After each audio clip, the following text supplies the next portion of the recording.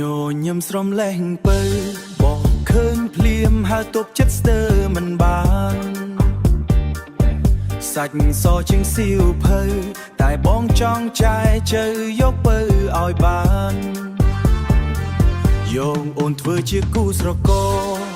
បងឲ្យនាងស្គាល់អារម្មណ៍សុខសាន្តបើអូននាងព្រមមែនបងស្ម័គ្រជូនពើដើររលេងកំសាន្តមានចាប់បីខ្សែបីមានអាយ៉ៃរួមវងមានទាំងស្គរដៃមានស្រឡៃត្រអ៊ូមានលបែងប្រជាប្រិយបោះអង្គុញចោលឈូងក្មេងរេបសម័យថ្មីមិនដែលភ្លេចជំនាន់មុន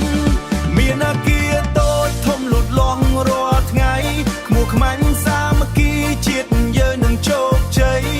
សៀមរាបស្រុកខ្ញុំមានប្រាសាទព្រឹកព្រៃមានដំណាំប្រមូលផលធម្មជាតិថ្មីថ្មីអូរណនយប់នេះបងសុំកំដរស្អាតដូចកែណកែភ្នែកមុតល្អ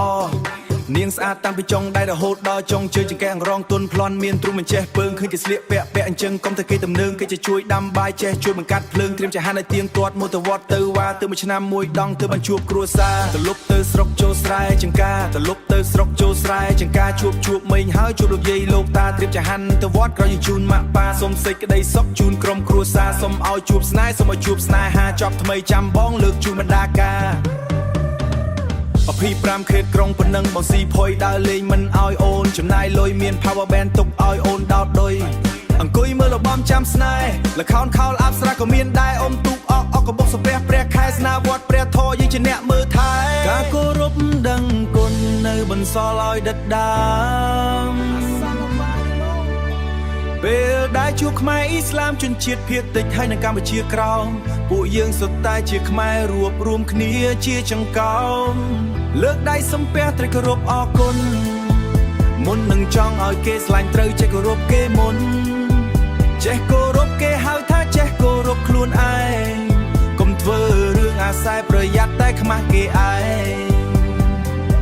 ងញញឹមស្រំលែងពើ